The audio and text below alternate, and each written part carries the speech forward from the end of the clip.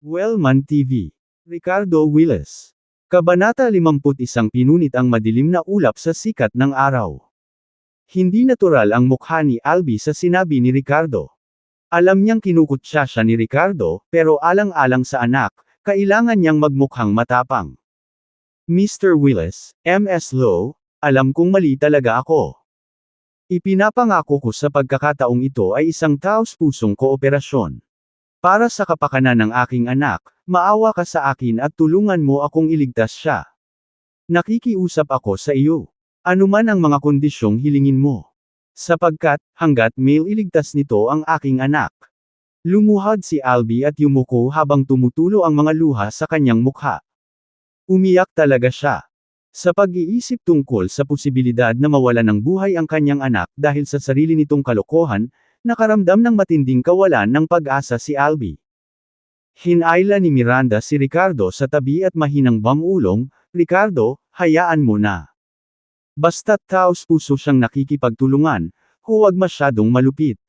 Tahimik na umiling si Ricardo at kumuha ng kontrata mula sa kanyang briefcase mula nang dumating si Miranda para pumirma kay Albi ngayon. Mukhang medyo mataas ang presyo ng mga medicinal materials, ungol ni Ricardo. Nang marinig ang pangungusap na ito, kinilig si Albi sa pagkaunawa. Yes. Last time binigyan ako ni Ms. Lowe ng ilang benefits pero talagang napakataas ng presyo. How about 2/3 of this price? What do you think, Mr. Wills? Nang marinig ang panukalang ito ni Albi, nagliwanag ang mga mata ni Miranda sa pagkagulat at pagkasabik. Sigurado ba siyang gusto niyang ibaba ang presyo ng isa pang ikatlong bahagi? Hindi akalain ni Ricardo na kikita ng malaki si Albi, at baka malugi pa siya dahil nasa wholesale business siya at hindi naman ganoon kataas ang kita. Tumango si Ricardo matapos pag-isipan ang sitwasyon. Dahil naiintindihan ko ang iyong desperasyon na iligtas ang iyong anak, hayaan na natin ang presyong ito. Bagamat nagalit si Ricardo sa pagbabago ng puso ni Albi, nakikiramay siya sa kanya bilang isang ama na gagawin ang lahat para sa kanyang anak. Nakakaawa kung gaano kalayo ang gagawin ng ilang magulang para lang mabuhay ang kanilang mga anak. Napaiyak na naman si Albi at labis na nagpasalamat kay Ricardo. Maraming salamat, Mr. Willis. Kung mayroon man akong magagawa para sa iyo bilang kapalit, gagawin ko ito ng walang pag-aalinlangan. Hindi na yan kakailanganin, sabi ni Ricardo habang may inaabot kay Albi. Tingnan mo ito at tingnan kung nakikilala mo ito. Tumayo si Albi mula sa lupa habang nakatingin si Caden na may malungkot na ekspresyon sa mukha. Alam niyang hindi na siya pakikinggan ni Albi dahil sa kanyang emosyonal na roller coaster ride. Ang biglang pagbabago ng emosyon ay parang sumusuka ng dugo si Caden. Sa sandaling iyon, tumunog ang kanyang telepono at nakaramdam ng pagkabalisa si Caden nang sumagot siya ng, "Mr. Austin. What's up? Haha, sumuko na ba yung little bitch na si Miranda?" Dumating sa linya ang matagumpay na boses ni isa. Nagpunas ng malamig na pawi si Caden at kinakabahang sumagot, "Mr. Austin, may problema. Ang kakaibang gamot na nasa kamay ni Clifford ay talagang bigay sa kanya ni Ricardo. Ano bang sinasabi mo? Paanong posible yun? Niloloko mo ba ako?" Tumigil sandali si isa bago hindi makapaniwalang sumigaw. "Totoo naman." Lumuhad pa si Albi kay Ricardo. "I'm sorry, Mr. Austin, it was my fault." Nauutal na sabi ni Caden. "Damn it. Useless. All useless." Galit at frustrated na nagmura si isa. Biglang naramdaman ni Caden na dumulas ang kanyang telepono sa kanyang kamay nang inagaw iyon ni Miranda. "Sal," malamig na wika ng Diyos ang CEO sa telepono. "Miranda, you bitch. Tell me what the hell is going on?" Mababa at nagbabala ang boses ni isa. "Anong nangyayari? Ha, sa tingin mo kayang takpan ng maitim mong ulap ang langit? May magwawasak." Ngumisi si Miranda at nginisyon siya. Habang si isa ay nagpakawala ng galit na dagandong sa telepono, inalis ito ni Miranda sa kanyang tainga at walang pag-aalinlangan na ibinagsak ito sa lupa. Nakaramdam siya ng matinding galit sa kanyang dibdib na hindi na niya napigilan pa. Nakita ni Caden na basag-basag ang phone niya at ilang beses na umikot ang mukha niya, pero wala siyang lakas ng loob na gawin kay Miranda. Lumabas siya ng silid na parang aso na may buntot sa pagitan ng mga hita. Ibinaling ng Diyos ang CEO ang kanyang magagandang mata kay Ricardo na may kaakit-akit na ngiti sa kanyang nakamamanghang mukha, na parabang si isa ang maitim na ulap na tumatakip sa kanya habang si Ricardo ay ang sikat ng araw na tumatagos dito. Sa sumunod na sandali, naramdaman ni Ricardo ang banayad na simoy ng hangin na dumampi sa kanyang mukha na may init na mabilis na nawala. Napakabait mo. Sabi ni Miranda, na nagniningning sa kagandahan tulad ng isang batang babae na nasa sabik na nakamit ang isang mahusay na bagay. Naningkit ang mata ni Ricardo sa pagpapakitang ito ng pagiging bata. Hinalikan talaga siya ni Miranda. Damn! Wala man lang siyang naramdaman, tapos na. Walang sinseridad ang babaeng ito. Makalipas ang ilang minuto, tinulak ni Ricardo ang isang papel sa harap ni Albie. I call this dragon marrow herb. With it, I can cure leukemia. Meron ka ba?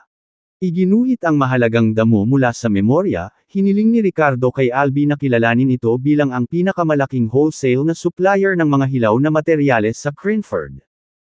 Ang sakit ni Nora ay hindi mapapawi sa ibang araw, at hindi rin mapakali si Ricardo. Saglit na tinitigan ni Albie ang drawing at sinubukang alalahanin, wala akong hawak, pero parang nakakita na ako ng katulad noong bumibili ako ng mga paninda sa Yaginia. Nang marinig niya ito, nagliwanag ang mga mata ni Ricardo, kailan ka susunod na pupunta sa Yaginia? Can you get your hands on some? Babalik ako doon sa loob ng ilang araw. Gagawin ko ang lahat para mahanap ang damong ito.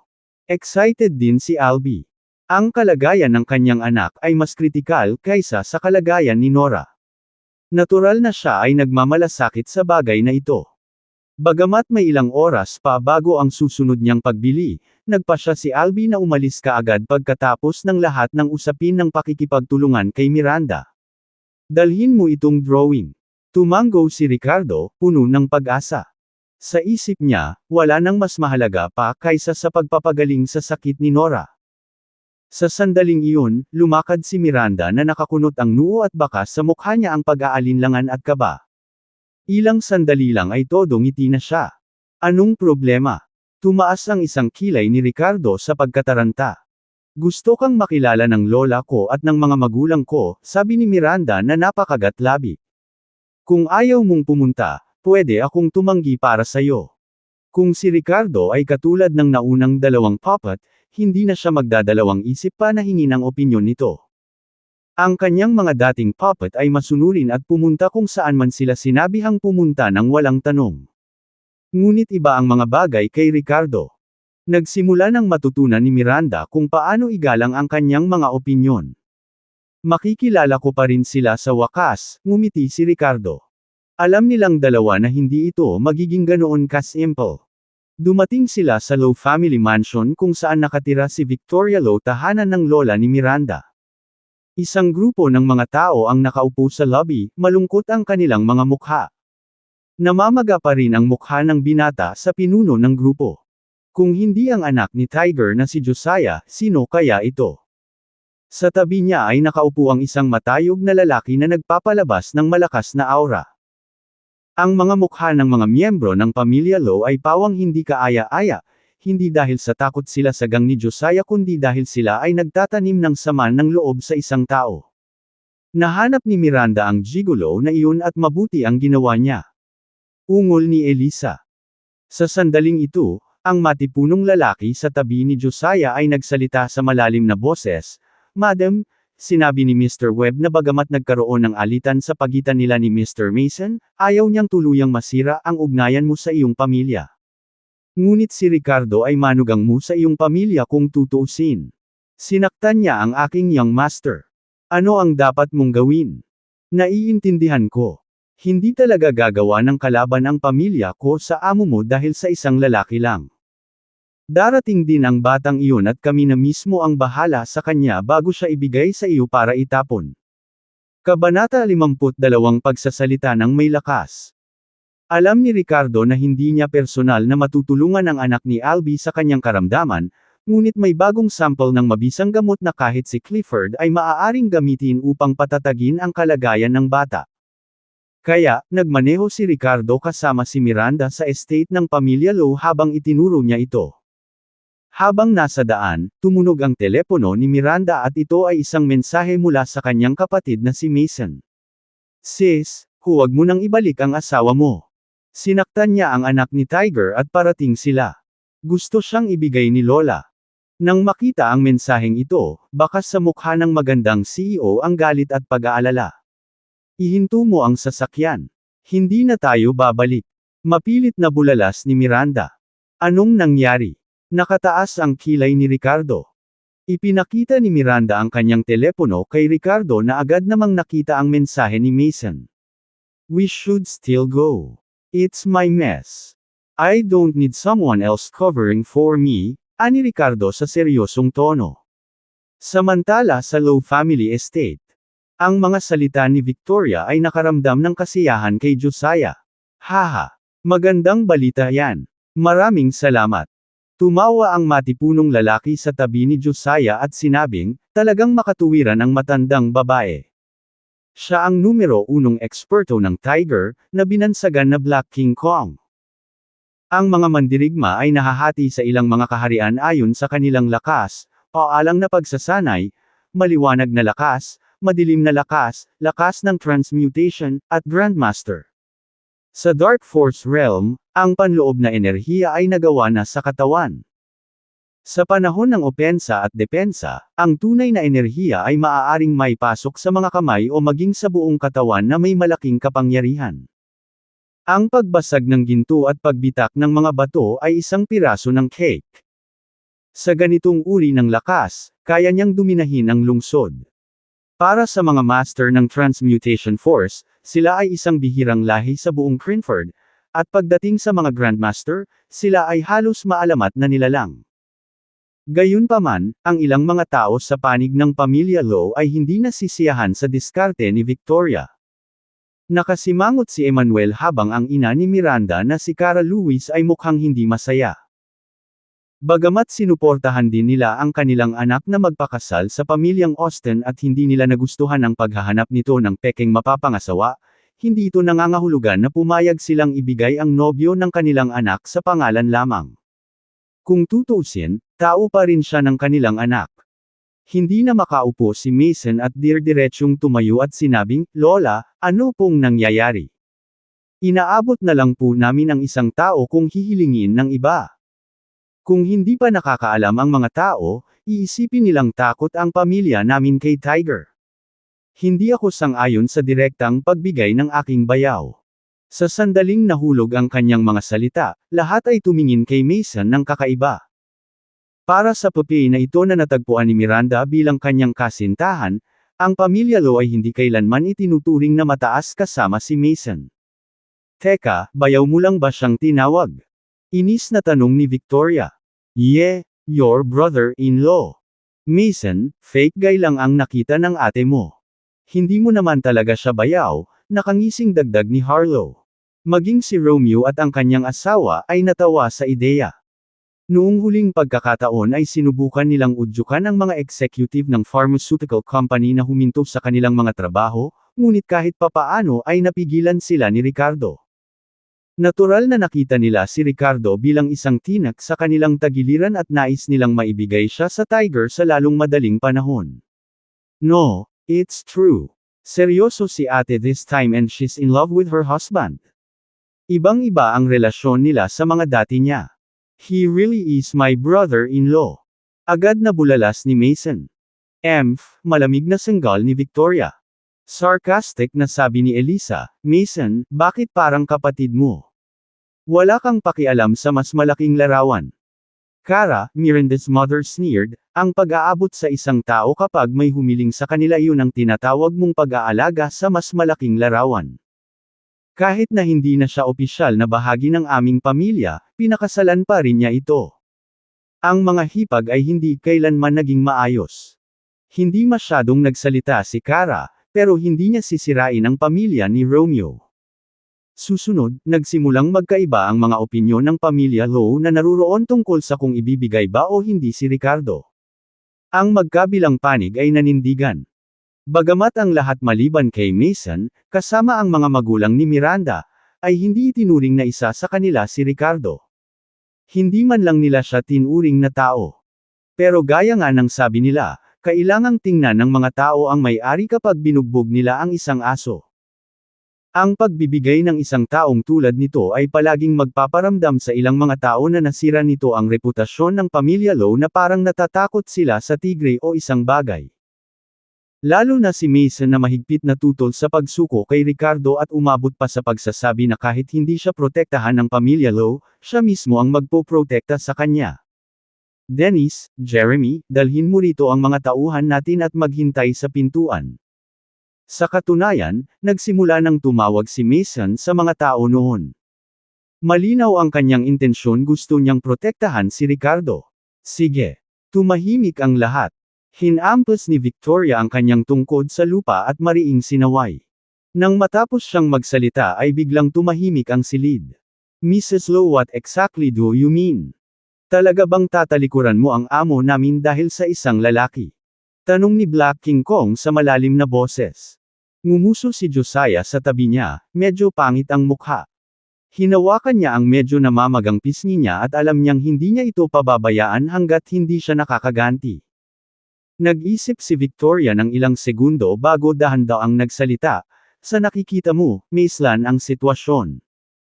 Bagamat ayaw ng pamilya ko na masaktan si Mr. Webb, kailangan din nating isaalang-alang ang reputasyon ng ating pamilya. Ang pagsuko ng isang tulad nito ay sirain ang ating pangalan. She continued, why don't we settle this with strength? I'll send out one of our top fighters and you can do the same. Both sides will compete and if you win, we'll hand over the person in question. Kung hindi, let bygones be bygones, mas mabuting lutasin ang mga salungatan kaysa magtago ng sama ng loob. Pagkatapos ng maingat na pagsasaalang-alang, iminungkahi ni Victoria ang solusyon na ito at walang sinuman mula sa pamilya Low ang tumutol. Sumulyap si Josiah kay Black King Kong at mahinang nagtanong, King Kong, tiwala ka ba? Ilang segundong nag-alinlangan si Black King Kong bago tumango, let's do it then. Judging from their attitude now, the Low family won't budge anymore. Pagdating ni na Ricardo at Miranda sa lumang mansyon ng pamilya Low ay naririnig na nila ang mga yabag ng kamao mula sa malayo. Isang grupo ng mga tao ang nagkukumpulan sa labas na may seryosong ekspresyon sa kanilang mga mukha na nagpapakita ng nakakatakot na aura. Dennis. Jeremy. Anong ginagawa mo dito? Pagkababa ng sasakyan ay nalilitong tanong ni Miranda. Natural, kilala ni Miranda ang mga pangunahing pinagkakatiwalaan ng kanyang kapatid. Ms. Low. Pinapunta tayo dito ng amo. Sabi niya kapag naalis na si Mr. Willis at umalis na ang mga tao sa lumang mansyon, kumilos na tayo agad. Nakita ni Dennis Powell si Miranda at magalang na tumango, sinabi sa malalim na boses. Nang matapos siyang magsalita ay natigilan si Miranda at may bakas ng pagkagulat ang bumungad sa kanyang magagandang mata. Kailan pa naging ganoon ka-supportive ang kapatid niya kay Ricardo? Naantig din si Ricardo sa mga salitang ito. Medyo maalalahanin ang maliit na bayaw na ito. Kabanata 53 lumuhad siya at humingi ng tawad. Sa pagpasok ni na Ricardo at Miranda sa lumang mansyon, nakita nila ang dalawang figure na nakikipaglaban sa matinding labanan sa looban. Ang pamilya Low at ang grupo ni Josiah ay nakaupo sa magkabilang panig, nanunood ng laban. Si Charlie Low, ang tagapag-alaga ng pamilya Low, ay nakikipaglaban sa Black King Kong. Si Charlie ay isang ulila na inampon at sinanay ng pamilya Low mula pagkabata. Siya ay mahigpit na tapat sa kanila at parehong sanay bilang isang baguhan sa Dark Force Realm. Nang mapansin ng lahat na papalapit sina Miranda at Ricardo, lahat ng mata ay napalingon sa kanila. Ang lakas ng loob mong pumunta dito, bastos ka. Sinimangutan ni Josiah si Ricardo nang makita siya. Napatingin din sa kanya ang iba pang miyembro ng pamilya Low. Maliban sa mga pamilya nina Mason at Romeo, kasama ang mga magulang ni Miranda na unang beses na nakipagkita sa kanya. Malamig na tiningnan siya nina Emmanuel at Kara na may hindi na pagkukunwering pang-aalipuste sa kabila ng hindi pagpayag na pakasalan ng kanilang anak ang isang tao sa labas ng kanilang bilog.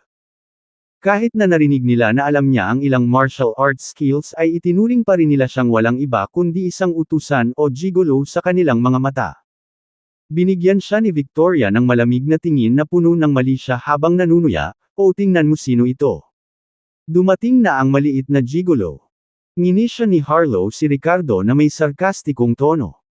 Ngumisi si Elisa ngunit hindi natatawa habang nilingon niya si Miranda at sinabing, "Miranda, sabi mo gusto mo ng mapagkakatiwalaang laruan ng lalaki. This guy is nothing but trouble. He just got here and already caused problem for the family. And he did it.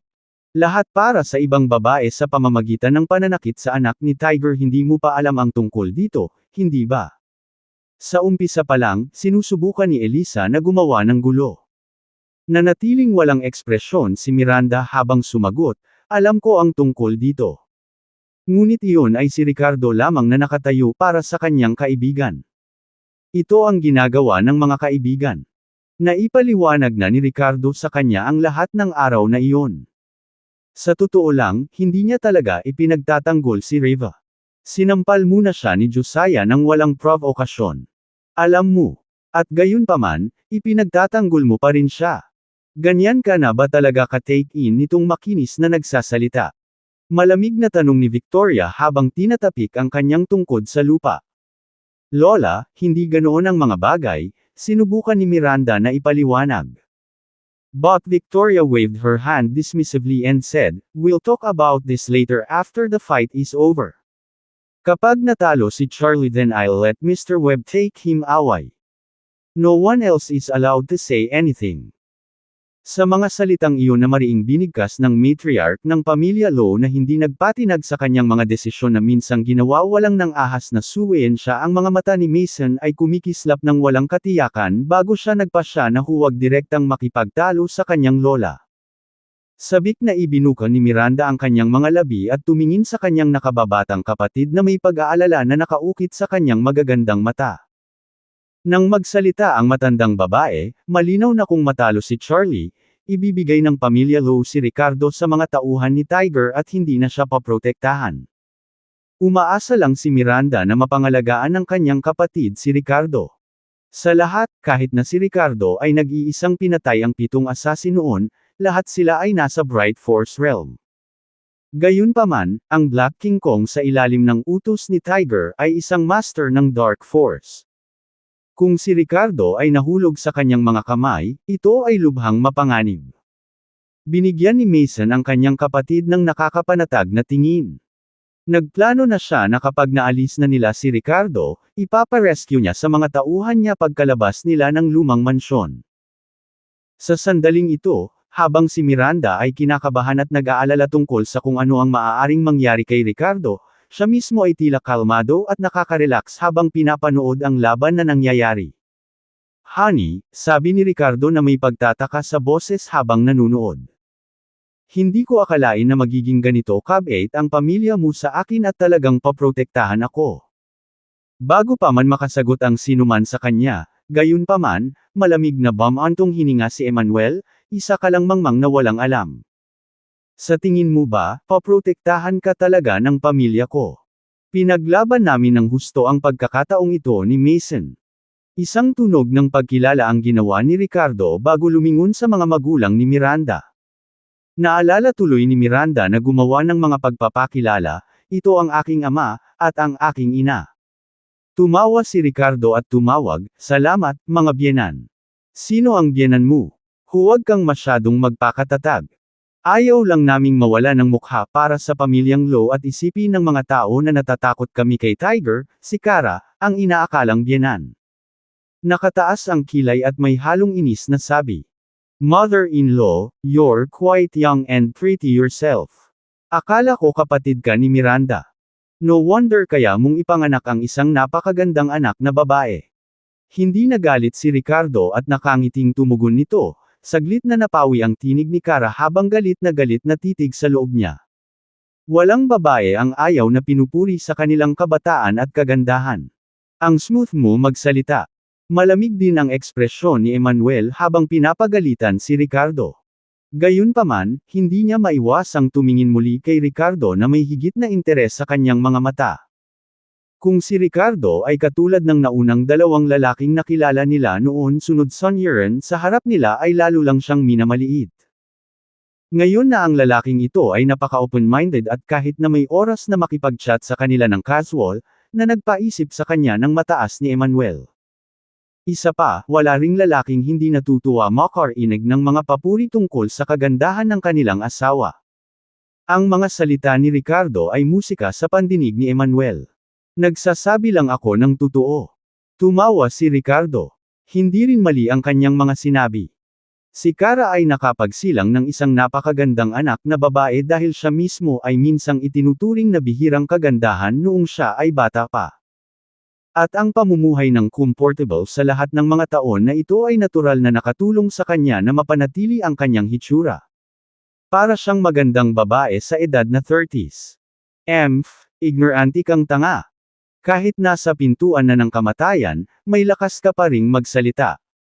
Ngumisi si Romeo. At death's door. Romeo, are you joking? With their fighting style, who knows when they'll be able to determine a winner? Umiling si Ricardo at sinabing matapos manood saglit. Ha! Sino ka sa tingin mo? Mayroon ka bang mga kwalipikasyon para suriin ang laban ng dalawang Dark Force Masters? Ngumisi si Harlow, ngunit bago pa man siya makatapos ng pagsasalita, muling nagkabanggaan sina Charlie at Black King Kong at sabay na huminto. Nanghina ang tono ni Harlow at medyo napahiya ang ekspresyon niya. Puno talaga ng hidden talents ang pamilya natin. Hindi ko akalain na lalaban sila ng daan-daang round nang hindi matukoy ang mananalo. Malamig na sumangot si Black King Kong at may pagkadismaya na sinabi, I concede. Charlie wasn't good with words but he arched his hand in respect, salamat. Damn it. Why don't you guys continue? Paanong walang mananalo after so many rounds? Walang gana na sigaw ni Josiah. Sa kapaitan sa kanyang puso, sinulyapan ni Josiah si Ricardo, lihim na nagnanais na hulihin siya, kunin siya pabalik, at ipailalim siya sa pagpapahirap upang mailabas ang kanyang galit. Kumunat ang noo ni Victoria. Pagkatapos ng lahat, sila ay nasa domain ng pamilya Low, at ang mga pagsabog at kabastusan ni Josiah ay nakababahala sa kanya. Pantay-pantay ang mga ito, at kung ipipilit nating pumili ng panig, malamang na mauwi ito sa malubhang pinsala o mas malala pa. Paano ito, Mr. Webb, hihingi ako ng tawad sa iyo kay Ricardo, lumuhad at sasampalin ang sarili para pakalmayan ang iyong galit. Maaari nating ipagpatuloy ang bagay na ito. Ano sa palagay mo? Mungkahi niya. Lola. Agad na nagbago ang mukha ni Miranda, at napabulalas siya sa pagmamadali. Shut up. Mas mabuti ng lumuhad kaysa mamatay. Kung hindi mo alam kung kailan atres, ibibigay ko na lang siya. Mariing sambat ni Victoria. Kabanata 54 Kung ibibigay ko ang sarili ko sa iyo, kaya mo ba? Nang marinig ito, malamig at sarkastikong tumingin si Josiah kay Ricardo, tumango ang ulo. Sige. I'll give you face, madam. Ang pag-iisip ng pagpapaluhod kay Ricardo at sampilan ang sarili ay pinagmumulan ng kasiyahan para kay Josiah. Well, hindi iyon masama. Madam, ang bait mo. Sa ganitong paraan hindi namin masisira ang reputasyon ng aming pamilya Low habang iniiwasan din ang kumpletong pakikipagtalo sa Tiger. Oo, kung tutusin, isa lang siyang walang kwenta na luluhod para sampilan ang sarili niya. Alam naman ng lahat na aso lang siya. Kinagat ng aso ng pamilya namin Low si Mr. Webb. Humihingi lang kami ng tawad sa asong to pero hindi niya binibigay. Ipinapakita na nito kung gaano katatag ang pamilya namin Low. Ang mga miyembro ng pamilya Low ay sumang-ayon sa desisyon ni Victoria nang walang anumang pagtutol. Nagpalitan ng tingin sina Emmanuel at Kara ngunit hindi na nagsalita pa. You little mutt. Bakit hindi ka lumuhad at humingi ng tawad? Hinimok ni Harlow si Ricardo na may mapaglarong mga mata. Tama. Mas mabuti ng lumuhad kaysa patayin ng iba. Tsaka, bilang isang tulad mo na walang dangal o dangal, panunuyan ni Elisa kay Ricardo. Si Victoria ay malamig na tumingin kay Ricardo at sinabi sa isang walang malasakit ngunit malakas na tono, dinala mo ito sa iyong sarili sa pamamagitan ng pakikisangkot sa ganoong gulo kay Mr. Webb. Normal lang na madali kanyang patayin kung hindi dahil kay Miranda ang pagpili sa iyo bilang kanyang papi na asawa na nagbigay sa iyo ng swerte para makasama ka sa aming prestihiyosong pamilya Low. Ngayon, lumuhad ka at humingi ng tawad. At sampelan mo ang sarili mo. Sinabi ito ng matandang babae na para bang ito ay isang bagay na syempre, na tila siya ay nagbigay ng malaking pabor kay Ricardo. Hahaha, mongrel ka. Halika at lumuhad ka sa harapan ko. Mayabang na tumawa si Josiah. Lola, pangit ang mukha ni Miranda at gustong humingi ng awa. Puno rin ng sama ng loob si Mason at may gustong sabihin. Gayunpaman, napatigil ang magkapatid ng nakataas na kamay ni Ricardo. Humakbang siya at sinabi sa malalim na boses, kung lumuhad ako ngayon para humingi ng tawad, hindi ba ito magiging kahihiyan sa pamilya Low? Kung sasabihin kong matutulungan ko ang dalawang ito na makilala ang kanilang sarili sa isa't isa. Haha, aso ka lang ng pinsan ko. Kung lumuhad ka ngayon para humingi ng tawad, anong mukha meron ang pamilya natin?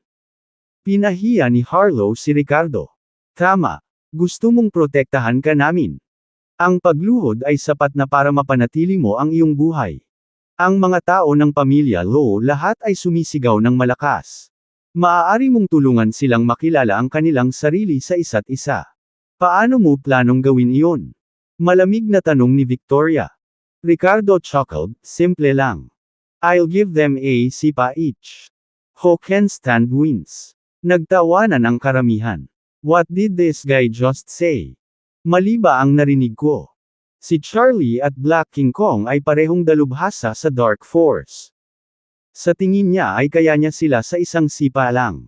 Kinukulit ba niya sila o ano? Si Emmanuel, ang inaakalang biyenan, ay umitim sa galit. Idiot. Ginagawang tanga. Nakakahiya naman. Si Kara, ang biyenang babae, ay nagmura din sa pamamagitan ng pagngangalit ng mga ngipin. Mas tumitindi na ngayon ang paghamak at pagkasuklam na itinuro kay Ricardo kanina. Ricardo, tigilan mo na yang kalokohan mo. Bayaw. Mukhang balisa sina Miranda at Mason. Gayunpaman, sa sandaling ito, naglakad na si Ricardo patungo sa kinatatayuan nina Charlie at Black King Kong. Anak, sinusubukan mo ba akong guluhin? Malamig na tanong ni Charlie. Mas lalong nahiya si Black King Kong. Anak, nakatayo lang ako dito, hinahayaan mo akong sipain. Kung kaya mo akong madapa, aaminin ko talo. Hahaha. Sige. Tumanggo si Ricardo sa kabiglang ginalaw ang katawan. Ang sumunod na segundo, sa gitna ng mapanlate o mapanuksong titig ng lahat ng naroroon, ginawa niyang mga after image ang kanyang mga paa at sumipa sa bilis ng kidlat. Boom! Boom!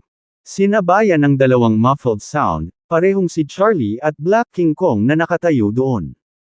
Ay sunod-sunod na pinalipad.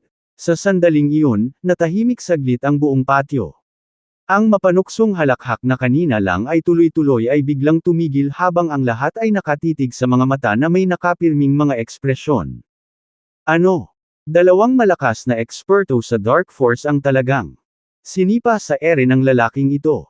Thud! Thud! Thud! Pagkatapos lamang lumipad pabalik ng mahigit 10 metro si Charlie ay halos hindi na siya makatayo bago umatras ng ilang hakbang upang tumayo sa kinatatayuan. Sa sumunod na segundo, gayunpaman, nagpakawala siya ng mahinang pag-ungol at iniluwa ang isang subo ng dugo na may plop. Ang eksenang ito ay nagpatulala sa lahat. Sinaktan talaga ng sipa ni Ricardo si Charlie. Paano? Posible ba ito? Ang pamilya Low, mula sa itaas hanggang sa ibaba, ay natakot at nagbago ng kulay. Ikaw, tinulungan ka ni Charlie na lumaban kay Black King Kong, pero nasaktan mo siya. Matapos ang isang maikling pagkabigla, galit na inakusahan ni Harlow. Anong walang puso at malupit na bagay? Nagmura din si Elisa. King Kong, anong meron? King Kong, gumising ka. Huwag mo akong takutin. Gayunpaman, sa sandaling ito, isang nakakatakot na hiyaw ng gulat ang nagmula sa kabilang panig. Nakatingin sa direksyon ng tunog. Matapos lumipad palabas si Black King Kong, bumagsak siya ng husto sa lupa at hindi na makabangon. Bumagsak ang kanyang dibdib na sinipa ni Ricardo. Bumubuhos ang dugo na may halong laman loob mula sa kanyang bibig at ilong. Si Josiah at ang isang grupo ng kanyang mga tauhan ay nagtipon-tipon, sumisigaw at nagsisigawan, ngunit napapanood lamang nila ang huling hininga ni Black King Kong. Ikaw! Pinatay mo si King King! Sigaw ni Josiah sa takot at galit na may pulang mata. Sa panig ng pamilya Lo, paulit-ulit na tumataas baba ang tunog ng paglanghap ng malamig na hangin. Ano? Namatay ba si Black King Kong? Ang numero 1 mabangis na tao sa ilalim ng utos ni Tiger, namatay ng ganun-ganun lang. Sinipa at pinatay ba siya ni Ricardo ng isang sipa? Paano ito naging posible? Iyon ay isang master ng Dark Force. Saglit na hindi napigilan ng mga pupils ng lahat na lumiit habang nakatingin kay Ricardo na puno ng takot ang mga mata. Namutla ang mukha ni Harlow at hindi niya maiwasang mapa-atres sa likod ng ama. Napalunok ng laway sina Romeo at Elisa, bakas sa mukha nila ang gulat. Nagpalitan ng tingin sina Emmanuel at Cara at pareho nilang nakita ang gulat sa mga mata ng isa't isa. Tinakpan ni Miranda ang kanyang bibig, nagniningning ang kanyang mga mata sa pagkagulat at paghanga. This guy always managed to beyond her expectations, brother-in-law. You're amazing. Napangiti si Mason, lubos na humanga. Napagkasunduan nilang tukuyin lang ang mananalo at matatalo, ngunit ang taong ito ay nagpatuloy at nagpasya sa buhay o kamatayan ng isang tao. Salamat sa pagligtas sa akin. Nakatayo doon si Charlie, magalang na yumuko kay Ricardo. Ilang sandali lang ang nakalipas ay sinulsulan ni Harlow si Ricardo na siyang nagpasugat sa kanya. Ngayon ay walang naramdaman si Charlie kundi pasasalamat sa kanya. Alam niyang pantay ang lakas nila ni Black King Kong. Kung kayang sipain ni Ricardo si Black King Kong hanggang mamatay, bakit hindi niya magawa ang ganoon din sa kanya? Ikaw! Pinatay mo si King Kong! How could you? How could you? Pulang-pula na ang mata ni Josiah sa galit habang sinisigawan si Ricardo. How could I what? Ricardo wore a evil grin on his face as he asked calmly. Dahil sa malinaw na boses niya, kinilig si Josiah, dahilan para mapalunok niya ang kanyang mga salita sa kalagitnaan ng pangungusap. Ikaw, masyado kang malupit. Anong klaseng sama ng loob ang mayroon ka na nangangailangan ng ganoong kalupitan? Nanginginig ang boses ni Josiah habang nagtatanong, tila mahina at walang kumpiyansa. Sorry about that. But let's be real, you guys didn't handle me even if I gave over to you. Kabanata 55 Paano kung kaya ko? Binuhat ni Josiah at ng kanyang mga tauhan ang katawan ni Black King Kong habang nagmamadali silang umalis sa estate ng pamilya Lo. Hanggang sa pag-alis nila, hindi naglakas loob si Josiah na magpakita ng anumang sama ng loob o puot kay Ricardo. Wow! Kuya, anong kapangyarihan meron ka? Master of Dark Force yan. 2 sipa lang ang pinalayas mo sa kanya. Gulat na bulalas ni Mason. Mula nang pagalingin ni Ricardo ang kanyang Diyos ang si Scarlett, naging ganap na 180 degree na pagliko ang ugali ni Mason sa kanyang bayaw. Ngayon ay tumangala siya sa kanya ng may paghanga at kumilos pa na parang nakababatang kapatid. Samantala, gulat na gulat pa rin ang buong pamilya Lo. Paulit-ulit nilang sinasabi na nabuhay lang si Ricardo dahil nauugnay siya sa prestihiyo ng kanilang pamilya. Ngunit ngayon ay lumabas na ang kanilang pinakamalakas na manlalaban ay makakalaban lamang ng Black King Kong sa isang draw habang si Ricardo ay nag-iisang natalo sa kanya sa isang sipa. Kailangan ba talaga niya ang proteksyon ng pamilya Lo? Matapos makabawi si Victoria sa kanyang pagkagulat ay hindi na maitago ng kanyang mukha ang galit ng tumingin kay Ricardo. Ang kanyang mga mata ay naging mas malamig at mas pag-alit kaysa dati. Tama na, Mason. Walang espesyal sa pagiging mandirigma. Sa huli ay kasangkapan lang sila para magamit ng iba, saway ni Victoria kay Mason na pinupuri pa rin si Ricardo bago lumingon para magbigay ng malamig na babala kay Miranda, Miranda, putulin mo na ang lahat. Makipag-ugnayan sa kanya sa lalong madaling panahon at ihanda ang iyong sarili para sa kasal sa pamilyang Austen. Sa sandaling bumagsak ang mga salita, agad na nagbago ang mukha ni Miranda at galit na nagtanong, "Lola, hindi ba 2 buwan pa?" Ipinasa ni Uncle at ng kanyang pamilya ang mensahe na ang 2 taong kasunduan ay binawasan na lamang ng 2 buwan para sa akin. Hindi pa ba sapat iyon? Ngayon ano ang ibig sabihin ni Victoria dito? 2 buwan. May point ba yan? Sa palagay mo ba maaari mong dagdagan ang kita ng 10 beses sa loob lamang ng 2 buwan? Posible ba iyon? Malamig na tanong ni Victoria. Nang matapos siya sa pagsasalita ay nanghina ang tono ni Miranda at wala siyang lakas ng loob na magbigay ng positibong sagot. Talagang wala siyang tiwala sa pagtaas ng kita ng kumpanya ng 10 beses sa maikling panahon. Siyempre pwede. Tutulungan ko si Miranda. Gayunpaman, isang matunog na tugon ang lumabas. Nakatayo si Ricardo habang hawak ang kamay ni Miranda na may determinasyon sa kanyang mga mata. Paulit-ulit na napangiti si Victoria nang marinig ito. Nagtawanan din ang buong pamilya Lowe. Tila sa wakas ay nakahanap na sila ng isang bagay na kutsain tungkol sa taong ito matapos masaksihan ang malakas na lakas ni Ricardo. Umaasa ka lang sa iyo. Alam mo ba kung ano ang ibig sabihin ng pagtaas ng kita ng 10 beses? Ang average na buwanang order para sa mga kumpanya ng parmasyutiko noon ay humigit kumulang 2 milyon. Ibig sabihin, sa loob ng iyong 2 buwang takdang panahon, maliban kung makakakuha ka ng mga order na nagkakahalaga ng 20 milyon. Kumusta ka para tumulong sa sarili mong pagsisikap lang? Nanunuya si Romeo. Eksakto. Paano ka makakatanggap ng 20 milyong order sa loob ng 2 buwan? Sa tingin mo lang na kaya mong lumaban, hindi ibig sabihin na makapangyarihan ka sa lahat ng bagay. Mahusay na nabuong mga paa, simpleng isip. Putulin ito. Tumagos sa tenga ni Ricardo ang mga panunuya at panunuya. You little brat, stop cracking jokes here. Uso si Miranda marrying into the Austen family. Hindi masusukat ng 1 o 2 bilyon lang ang benepisyong may dudulot nito sa pamilya Lowe. Wala kang mababago. Ngini siya ni Victoria si Ricardo. Nang marinig ito, nanlamig ang mukha ni Ricardo habang tinanong niya ang bawat salita, "Madam, what if I can do it?" Sa harap ni na Emmanuel at Cara, matatawag silang biyenan ni Ricardo dahil sila nga ang mga magulang ni Miranda. Ano man ang nangyari sa pagitan nila noon, inaalagaan pa rin nila ang kanilang anak. Kitang-kita ito sa kanilang tindig at ugali ngayon lang. Gayunpaman, kapag kaharap si Victoria, kahit anong pilit niyang sabihin ang "Lola", hindi niya ito mailabas sa kanyang bibig.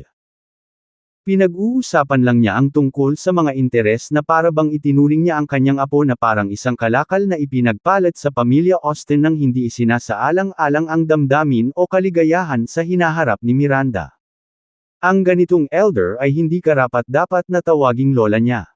Sa sandaling matapos siyang magsalita, nanatiling tahimik si Victoria habang si Emmanuel ay nagsalita sa malalim na boses, "Good. Kung talagang matutulungan mo si Miranda na makatanggap ng 20 milyong order sa loob ng 2 buwan ay papayag ako sa iyong kasal. Sa oras na iyon ay personal kong gagawin. Ayusin mo ang seremonya ng iyong kasal." Pagkahulog pa lang ng mga salita, natigilan si Miranda at nagtatakang tumingin sa ama. Matalim din ang tingin ni Ricardo sa inaakalang biyenan bago tumango. "Buti naman. Naayos na." Sinabi niya. "Emmanuel, anong kalokohan ang pinagsasabi mo?" Hinampas ni Victoria ang armrest at galit na tanong. Huminga ng malalim si Emmanuel at hinarap ang panggigipit na dala ng matandang babae, at sinabing, "Nay, paano tayo makakatanggap ng 20 milyong order sa loob ng 2 buwan? Kung posible talaga, ibig sabihin ng taong ito ay may ilang kakayahan bukod sa pisikal na lakas. Hanggat payag si Miranda, maituturing siyang karapat-dapat sa kanya." Kalokohan. Emph. 2 beses na hinampas ng lakas ni Victoria ang kanyang tungkod bago tumayo na may galit na ekspresyon at umalis. Sa sandaling ito, lumapit si Miranda sa kanyang ama na puno ng pasasalamat ang mga mata. "Salamat ama. Noong una ay naisip niya na ang kanyang mga magulang ay katulad ng iba na walang pakialam sa kanyang damdamin at nais lamang siyang makasal sa isang mayamang pamilya. Ngunit ngayon tila na marahil hindi ganap. Thank me for what? I don't think this guy can do it. Mabilis na ilayo siya sa paningin ko. Masungit na saway ni Emmanuel na may walang kibo na mukha. Sa loob ng isang pribadong estate. Tiningnan ni Tiger ang katawan sa kanyang harapan, ang kanyang mukha ay salit-salaitan sa pagitan ng madilim at hindi mapakali. Gulat, lungkot, galit, hinanakit. Ito ang kanyang pinakamakapangyarihan at may kakayahang subordinate, ngunit siya ay pinatay ng isang tao. Dad! Masyadong walang awa si Ricardo. Kailangan mong tulungan si King Kong na maghayganti. Bakas sa mukha ni Josiah ang kalungkutan habang umiiyak siya sa kanyang ama. Smack! Kasabay nito, sinampal siya ni Tiger sa buong mukha, pinandilatan ang kanyang anak na may mga ngipin. Shut your mouth! Kung hindi dahil nasangkot ka sa mga maling tao, namatay na kaya si King King. Baka sip-a ni Ricardo si Black King Kong hanggang sa mamatay. Anong klaseng lakas sa tingin mo ang meron siya? Sa tingin mo hindi ba sapat ang mga patay na tao para sa akin? Tinakpan ni Josiah ang kanyang mukha at nag-aatubiling nagtanong, so, hahayaan na lang ba natin to, Dad? Hindi ko matatanggap yan. Hindi mo alam kung gaano ka-arrogant ang lalaking iyon. Malamig na umungol si Tiger, nagyayelong tono ang kanyang tono. Siyempre, hindi natin ito pwedeng pabayaan na lang. Kung sino man ang manggahas na pumatay sa aking bayan ay magbabayad ng mabigat na halaga. Ilang araw na lang ay darating na sa Edoland ang Tio Butcher mo. Pag-uusapan natin ito pagdating niya. Agad na nagningning ang mga mata ni Josiah, at nangagat ang kanyang mga ngipin, na nagsasabing, ang galing. Si Uncle Butcher ay isang master ng Transmutation Force. Siguradong mapupunit niya ang lalaking iyon. Gayunpaman, hindi tayo maaaring maging pabaya. Dahil maaari niyang patayin ang mga high-level na eksperto sa Dark Force sa isang iglap, hindi natin maaaring maliitin ang kanyang lakas. Kailangan nating maging handa sa maraming larangan. Bakas sa mukha ni Tiger ang isang masama at malamig na tingin. Imbestigahan mo akong maigi ang lalaking ito, alamin kung mayroon siyang mga kahinaan na nakamamatay. Kabanata 56 na Bayaw, niloloko mo ba ako? Nora, tawagin mo siyang uncle, sabi ni Ricardo habang nakatayo sila sa labas ng gate ng kindergarten bandang alas 4:30 ng hapon. Hinawakan ni Ricardo ang maliit na kamay ni Nora at itinuro si Mason. Nahihiyang sumagot si Nora, "Hello, uncle." Sumenya si Ricardo sa dalawang alipors ni Mason. At mag-hi ka din sa mga tito mo. Si Dennis at Jeremy Raymond ay awkward na tumawa ng pekeng ngiti para sa isang batang babae. Ito ay medyo wala sa karakter para sa kanila, isinasaalang-alang ang kanilang magaspang na kilos bilang mga thug. Lumuhad si Mason at niyakap si Nora sa kanyang mga bisig. Haha! My lovely niece. Halika dito at bigyan mo ako ng halik. Kinalaunan noong hapong iyon, sumama si Mason kay Ricardo sa pag-alis sa Low Family Mansion kasama sina Dennis at Jeremy na kasunod. Inimbitahan pa niya si Ricardo para sa ilang pagsusugal sa kanyang Gold Coast Club. Kung siya ay nanalo, ito ay maituturing na tagumpay ni Ricardo. Kung siya ay mawawala, ito ay sa kanya. Dahil alam niyang darating si Ricardo para sunduin si Nora sa araw na iyon, nagpasya si Mason na ay kasama ang kanyang mga alipors na ngayon ay responsable sa pag-escort sa kanya ng ligtas pauwi mula sa paaralan araw-araw. Hindi kailangan ni Ricardo ng proteksyon ni Mason, kaya itinuon niya ang kanyang paningin sa paglapit sa bata. Sinubukan niya ang bawat trick sa libro para mapalapit kay Ricardo. Si Nora ay tila hindi komportable na hawak ni Mason, at nang siya ay tumawag ng "Daddy."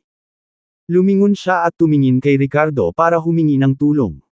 Pinagalitan ni Miranda ang kapatid dahil sa pagiging masyadong pamilyar nito kay Nora, bakit nakikipaghalikan?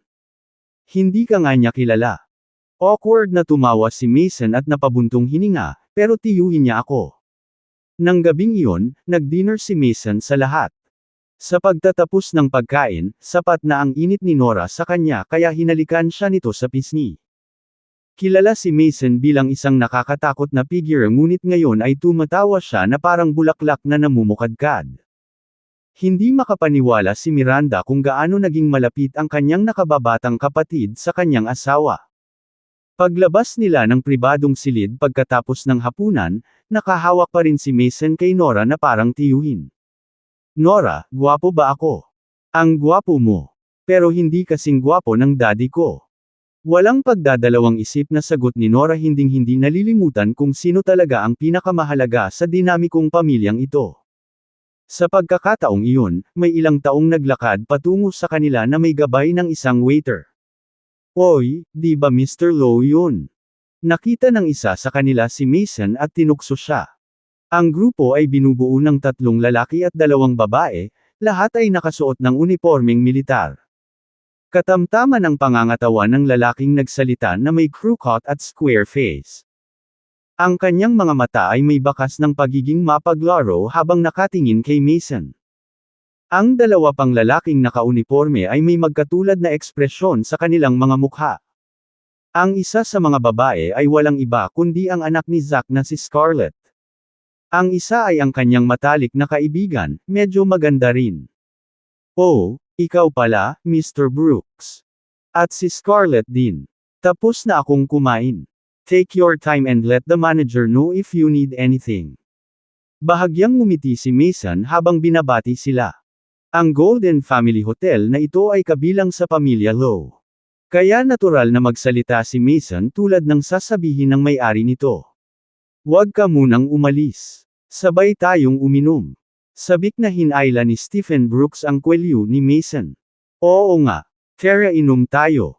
Mr. Lowe, hindi ka nagmumuka.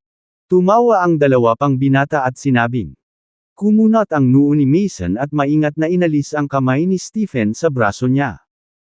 Matapos masulyapan si Scarlett, lumingon si Mason sa sarili niyang mga tao at sinabing, Sis, bro-in-law, mauna na kayo. I'll have a few drinks then head down. Huwag kang uminom ng marami. Nagbabala si Miranda. Napatingin din si Ricardo kay Scarlett at napabuntong hininga sa loob.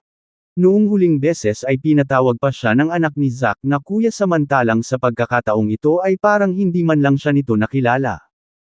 Mukhang ang paghingi ng tulong kay Zack sa pagtataguyod ng bagong gamot sa militar ay nagdulot ng ilang sama ng loob sa kanilang pagtatapos. Matapos may hatid ang Villa bilang regalo, tila natapos na ang kanilang relasyon. Gayunpaman, pagkaalis ni Ricardo at ng kumpanya sa hotel ay naghintay sila ng kalahating oras sa sasakyan ngunit wala pa ring senyales ng pagbaba ni Mason. Anong nangyayari? Maglalasing na naman ba ang batang ito?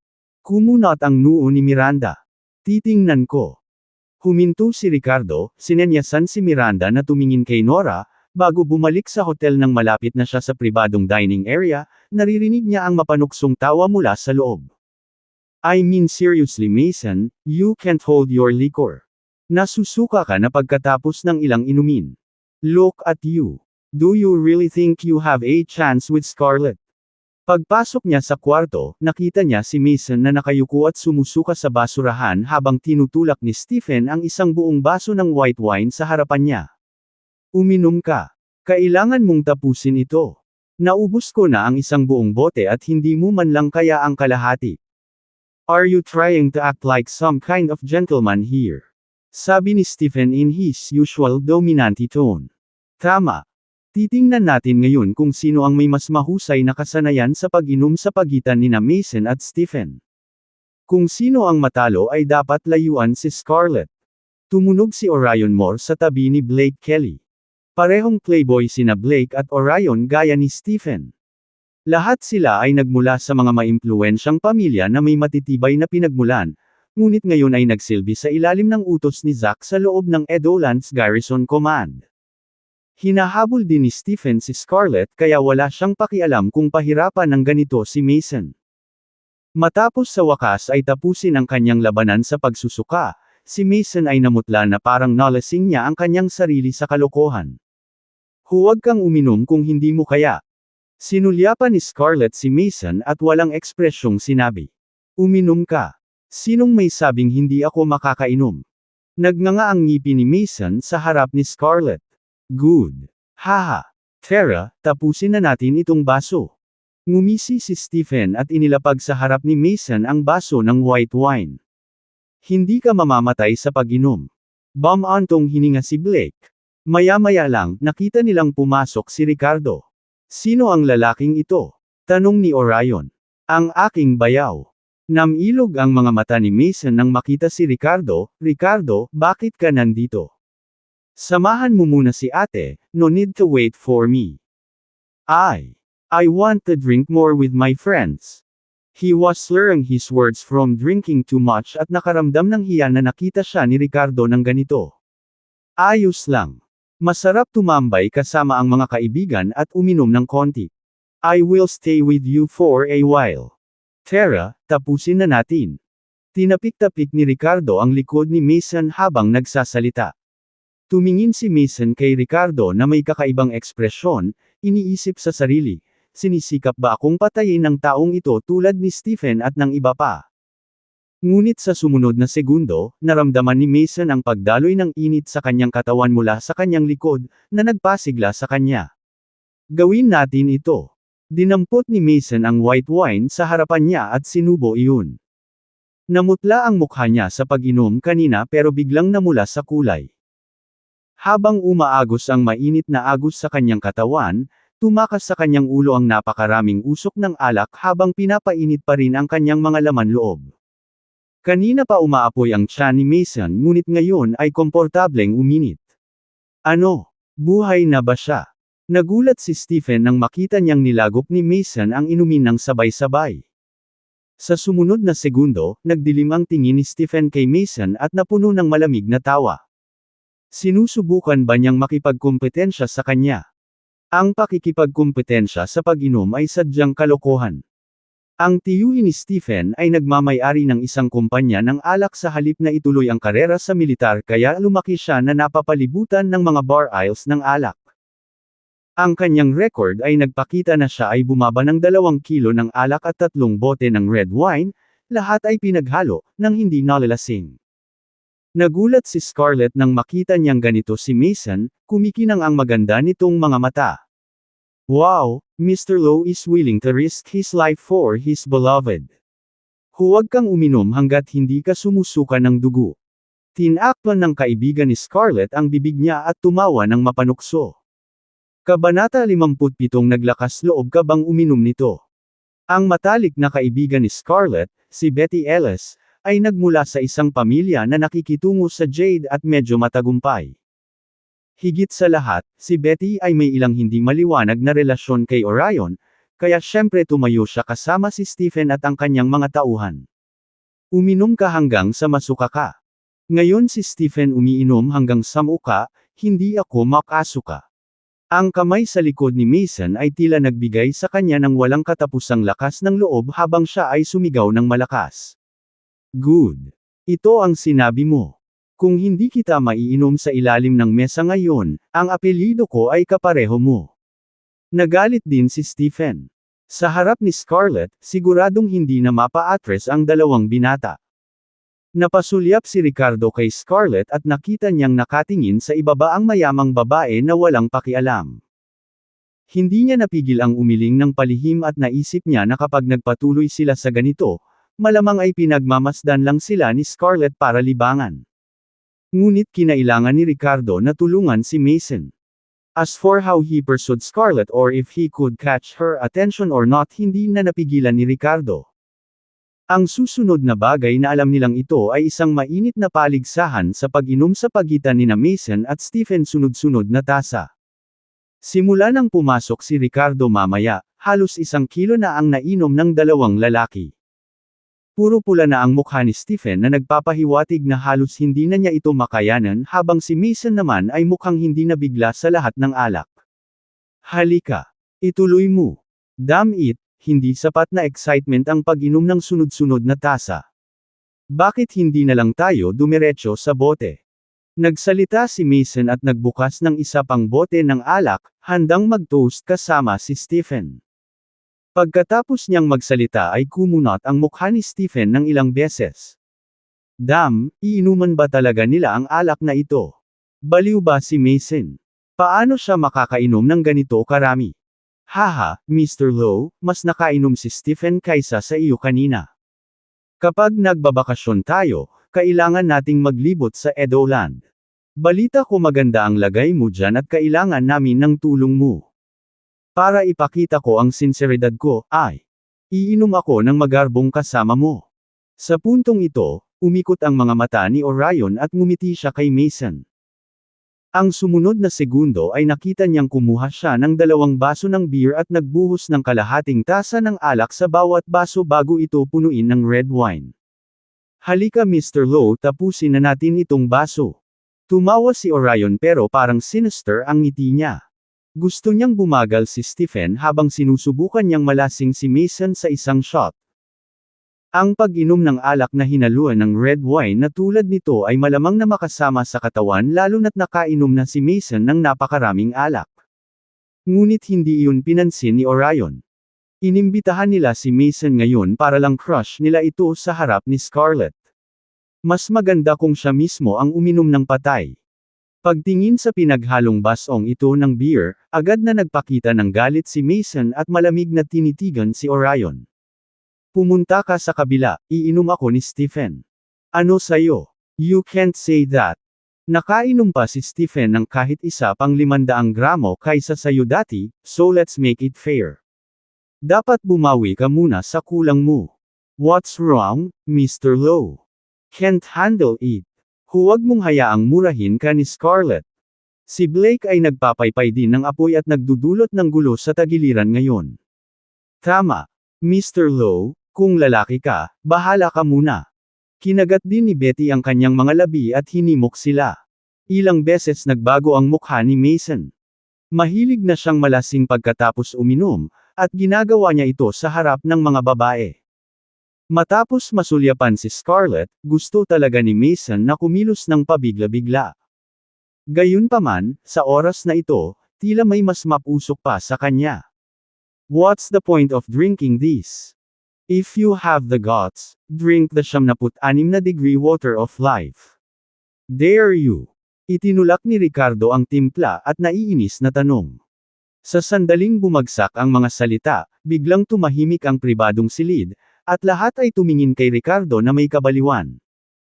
Si Scarlett, na orihinal na may malumanay na talukap, ay tumingin sa kanyang mukha na may pagtataka. Tubig ng buhay. Anong kalokohan ang pinagsasabi mo? Umikot ang talukap ni Stephen. Mr. Low, ito ba ang bayaw mo? May sama ng loob ba siya sa iyo at gusto kanyang paglaruan hanggang mamatay? Tinuro ni Orion si Ricardo, nanunuya. Trying to win favor with the crowd. Iginala ni Betty ang kanyang mga mata at masama ang tingin kay Ricardo. I just want to ask if you dare or not. If you don't dare, then get out of here.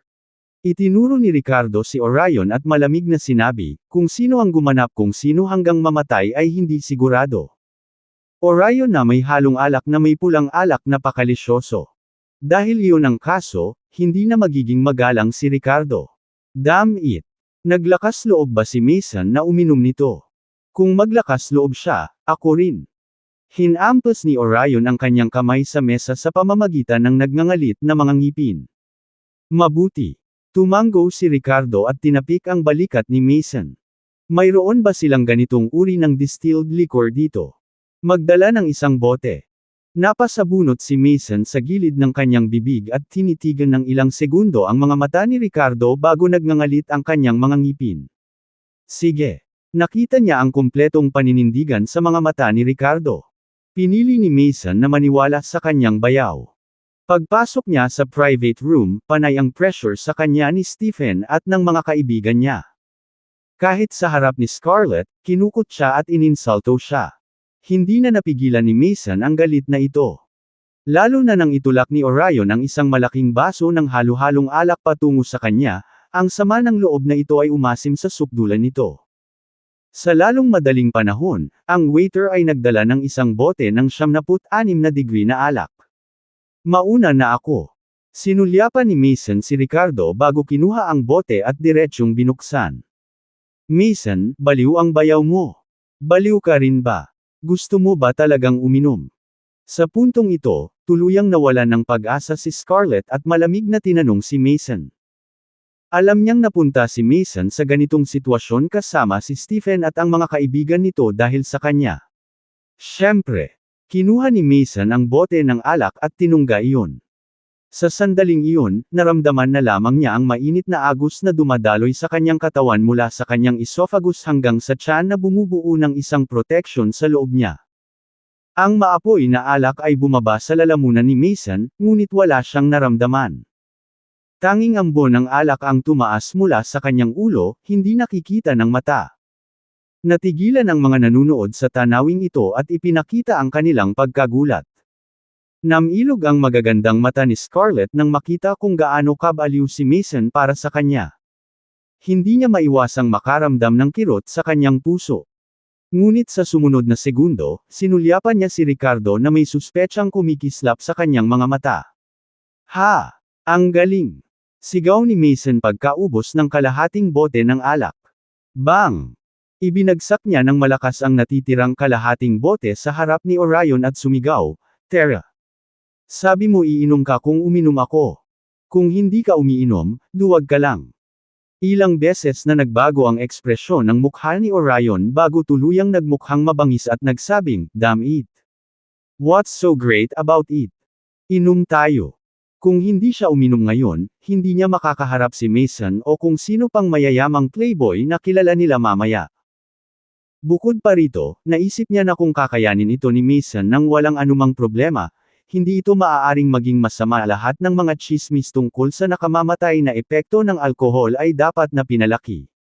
Kung hindi, bakit dinala sa kanila ni Mason ang bote na ito? Malamang para lang takutin ang sarili niya. Damn it all, walang paraan na hahayaan ni Orion ang kanyang sarili na matakot ng ganoon.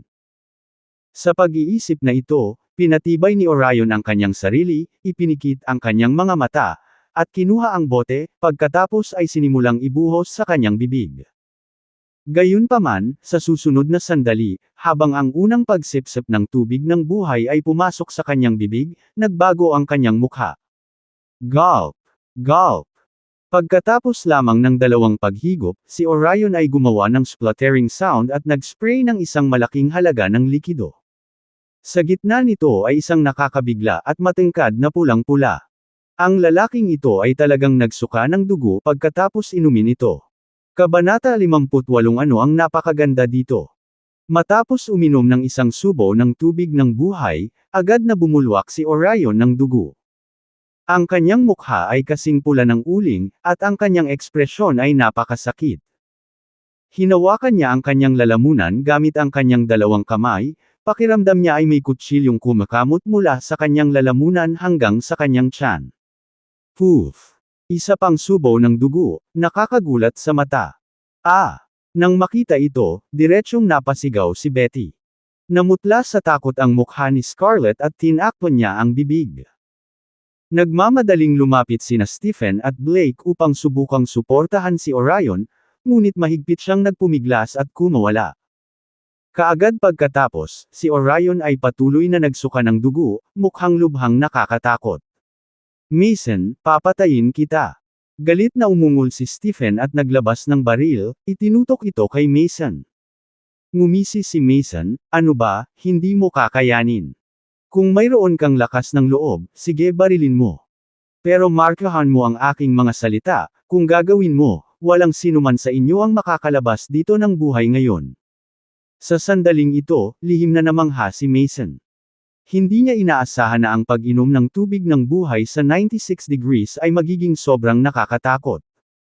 Kaya naman, naunawaan niya kung gaano kahanga-hanga ang lihim na tulong ni Ricardo ngayon, at lalo pang nadama na ang kanyang bayaw ay misteryoso at malalim.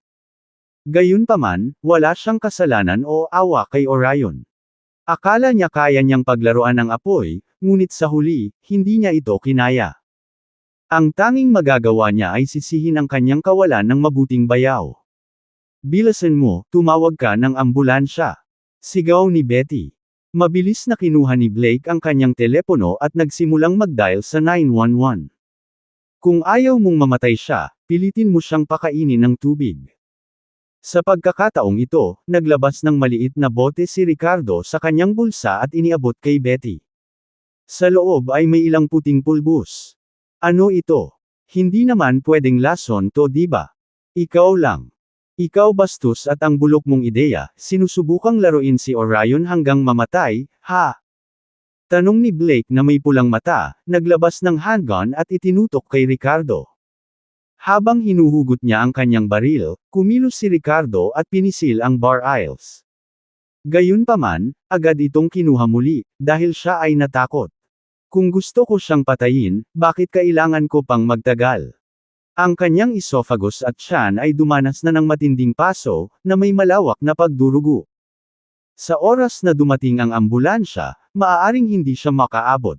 Kahit na makatipid sila. Ang kanyang buhay, ang kanyang sistema ng nerbiyos ay magkakaroon ng hindi maibabalik na pinsala. Magpakain ka man o hindi, kayo na ang magdedesisyon. Ngumisi si Ricardo. Ang mga nanakit sa iba ay palaging masasaktan sa kanilang sarili. Gusto ni Orion na patayin si Mason, ngunit sa huli, wala siyang dapat ikaawa.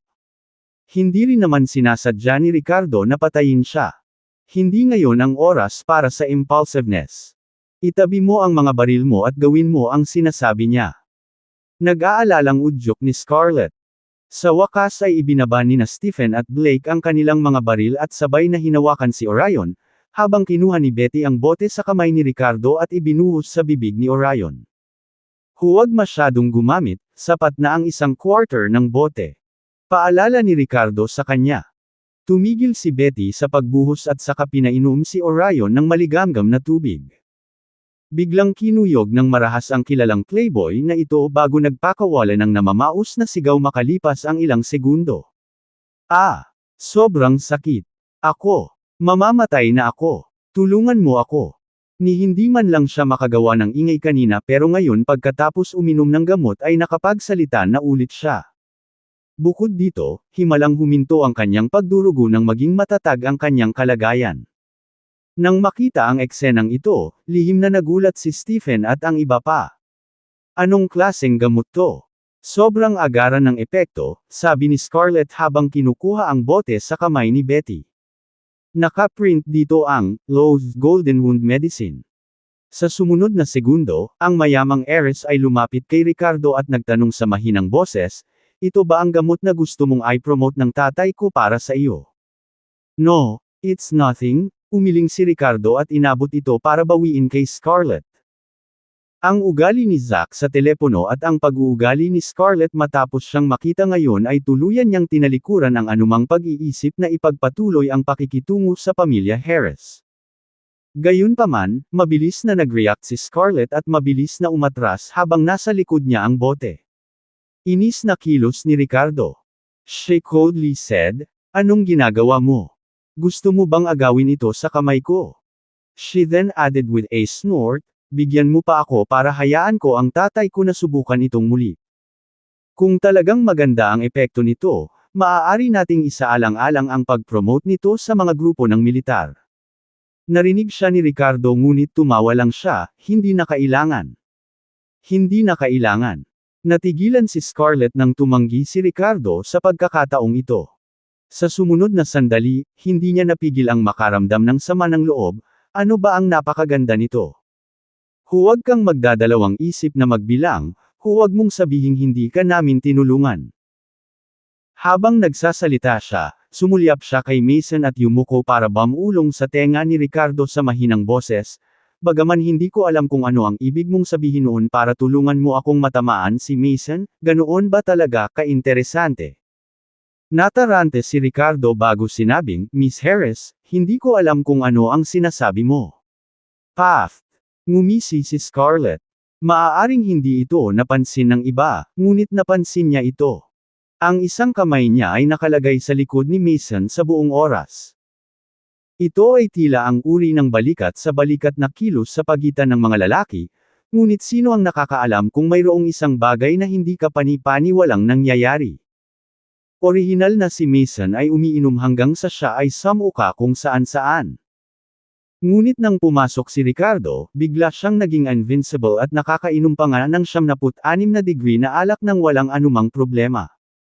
Kahit isang segundo ay hindi naniwala si Scarlett na lahat ito ay dahil sa sariling kakayahan ni Mason. Sa mga sandaling ito ay puno ng hinala at pagtatanong ang kanyang magagandang mata habang nakatitig ng husto kay Ricardo. Hindi na mapakali si Ricardo sa kanyang pagkukunwari at hindi na siya magpapaliwanag ng anuman. Hindi na lang niya pinansin. Mason, hawakan mo muna ang mga gamit dito habang bababa muna ako. Tumalikod si Ricardo at sinabing, sige bayaw, sige na. Hindi mo na ako kailangang hintayin. Tumango si Mason bilang pagsang-ayon. Sa sumunod na segundo, umalis si Ricardo sa pribadong silid ng walang sabi-sabi. Sa sobrang galit ni Scarlett ay tinapakan niya ang kanyang paa. Hindi pa siya pinapansin ng ganito. Makalipas ang halos 10 minuto. Dinala si Orion sa ospital at nanirahan kasama si Betty na naiwan para alagaan siya. Sumakay sina Scarlett, Stephen, at Blake sa isang kotse at bumalik. Kahit ngayon sa biyahe pauwi ay malungkot pa rin ang mukha ni na Stephen at Blake.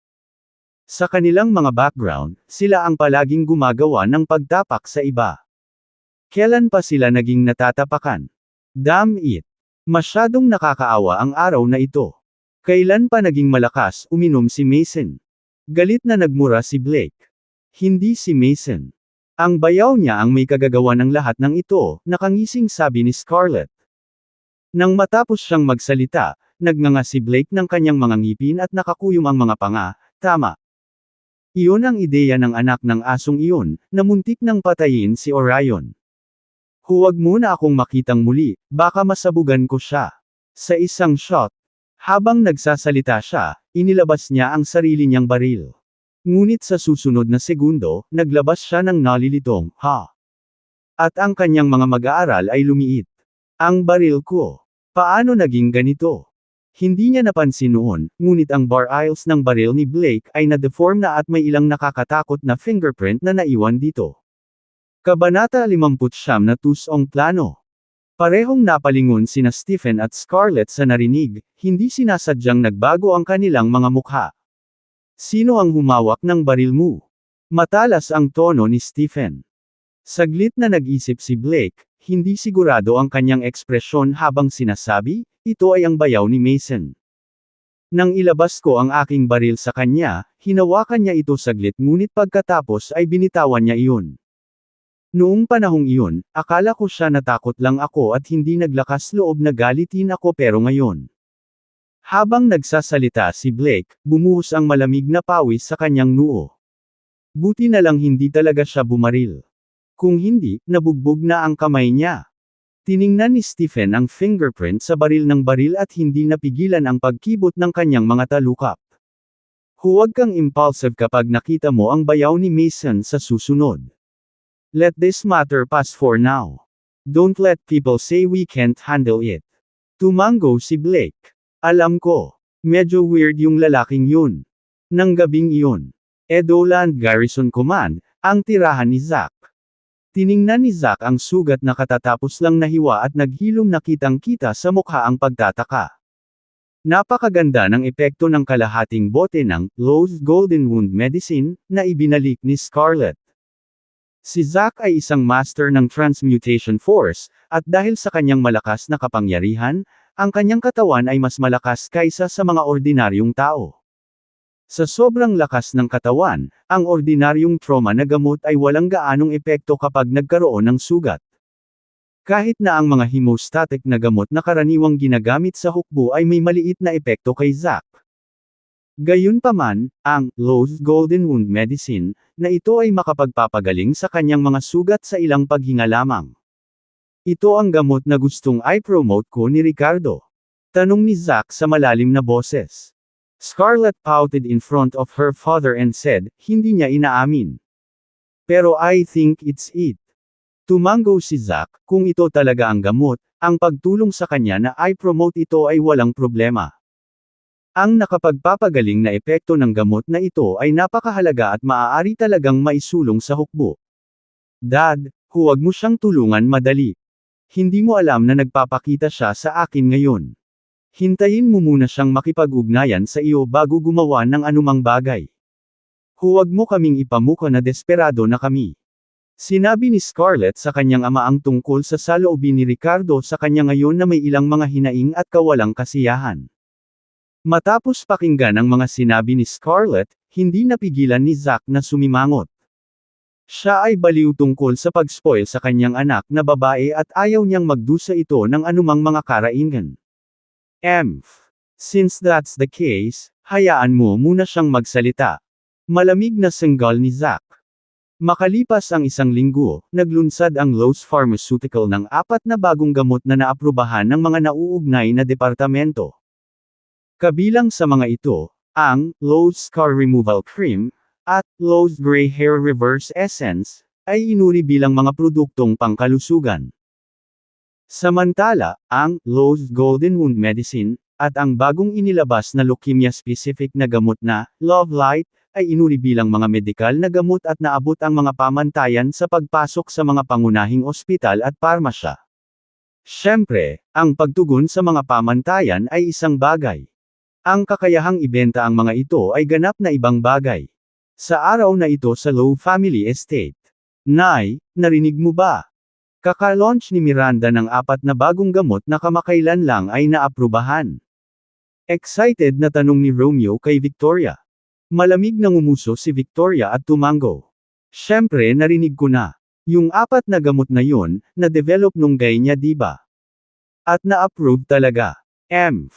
Ngayong aprobado na sila, pangungot siya ni Elisa, malapit na ba silang ilagay sa produksyon?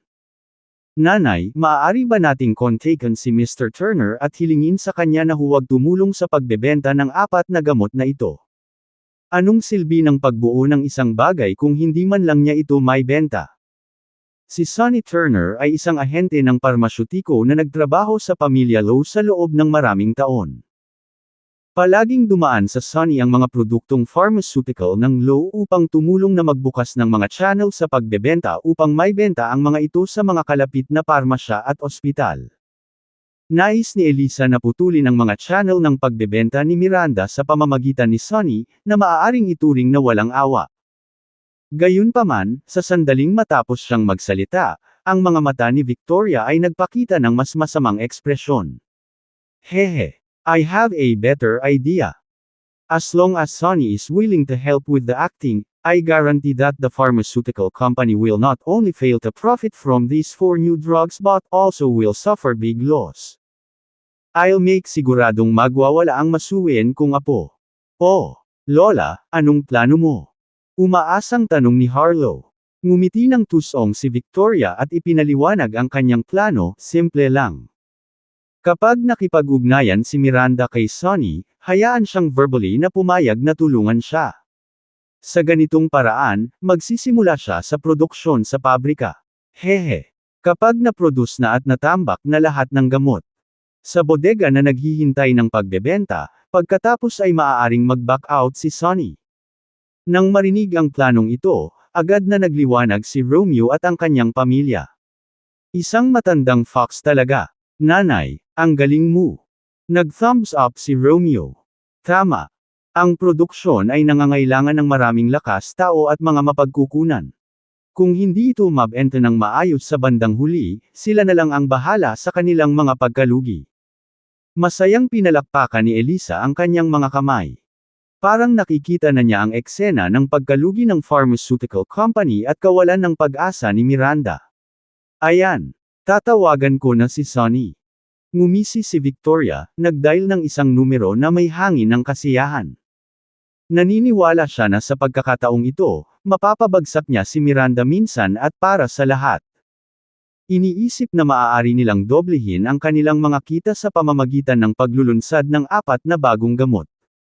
Mangarap pa. Samantala, noong araw na iyon, talagang nakipag-ugnayan si Miranda kay Sonny at sinabi sa kanya ang tungkol sa plano ng kumpanya na maglunsad ng 4 na bagong gamot, na humihingi ng tulong sa pagbebenta. Sa telepono, kaagad na pumayag si Sonny. Haha, don't worry Ms. Lowe. I've been working with your family's pharmaceutical company for so many years now. This is on me. After all, kung tutulong akong magbenta ng mas maraming produkto, mas kumikita ako sa sarili ko. Mahusay. Kaya kailan ka magkakaroon ng oras para pumirma sa kaukulang kontrata? Tanong ni Miranda. Hay nako. Ilang araw akong na-stuck out of town. But don't worry about it, sige at i-produce mo muna yung mga gamot na yan. Pag-uwi ko, hahanapin kita. Tiwalang saad ni Sonny. So ayun. Sige na nga. Mr. Turner, pagbalik mo siguraduhin mong abisuhan mo ako kaagad, sabi ni Miranda na may bahid ng pagdududa sa mga mata bago ibinaba ang telepono. The next second, she turned to Ricardo and asked, "Do you think I should speed up production?" Although Sonny agreed verbally, "We don't have a signed contract and I feel uneasy about it." Marahil ito ay intuition ng kababaihan o marahil ang kanyang sariling pagkabalisa bilang isang CEO, ngunit hindi maalis ni Miranda ang pakiramdam ng kawalan ng katiyakan. Sa katutubo na naghahanap ng kanyang opinyon, natagpuan niya ang kanyang sarili na umaasa sa lalaking ito ng higit kaysa dati. Production. Why not? Mayroon kaming mahusay na gamot dito. Walang dod ang gugustuhin ito ng mga tao. Tumaas ang isang kilay ni Ricardo at sinenyasan ang kanyang malaking kamay. Kabanata 60. Paano napunta dito ang taong ito?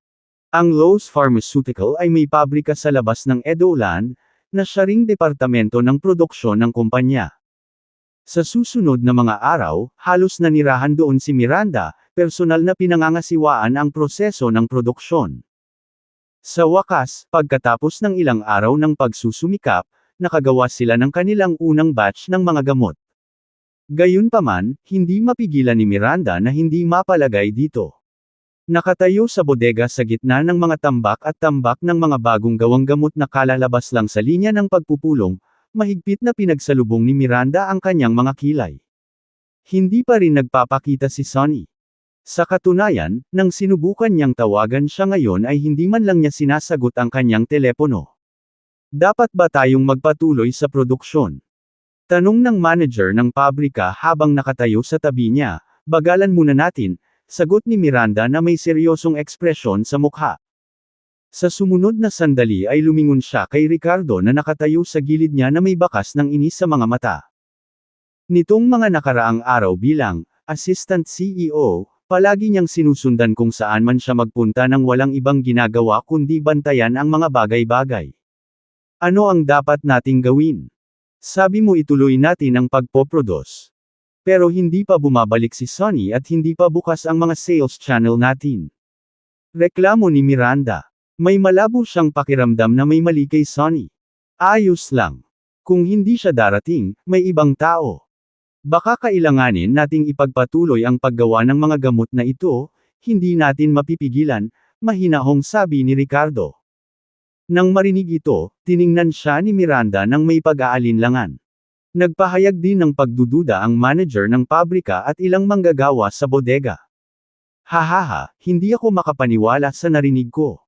Sa sandaling iyon, isang mapaglarong tawa ang umalangaw sa buong silid. Pumasok sina Romeo at Elisa kasama ang isang grupo ng mga tao. Willis, sinusubukan mong patayin ang pamangkin ko. Gumagawa pa rin ng droga. At nagrereklamo tungkol sa hindi sapat na pagkawala. Sarkastikong sabi ni Elisa. Anong ginagawa mo dito? Malamig na tanong ni Miranda nang makita sila.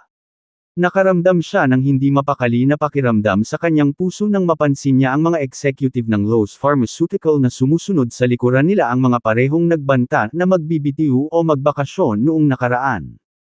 Ngumisi si Romeo. Sa sumunod na sandali, itinuro niya ang mga gamot na nakatambak sa bodega at bumaling sa mga executive na nasa likuran niya. Tingnan mo nga. Ayaw mo namang mag-resign ng maaga diba? Ngayong bumaba na ang pharmaceutical company natin, I wonder what you'll do. Hahaha, patuloy niya. Tinuri ko at nalaman ko na halos $1,000,000 ang gastos para makagawa ng batch ng mga gamot na ito. Halos katumbas iyon ng buwan ng kita natin. Kung hindi natin ito maibenta, baon tayo sa utang. Tumango si Elisa na may ngiti sa labi, naniwala kayo kay Ricardo noong sinabi niyang may bilyong order para sa kumpanya. Isa lang siyang walang kwentang tao.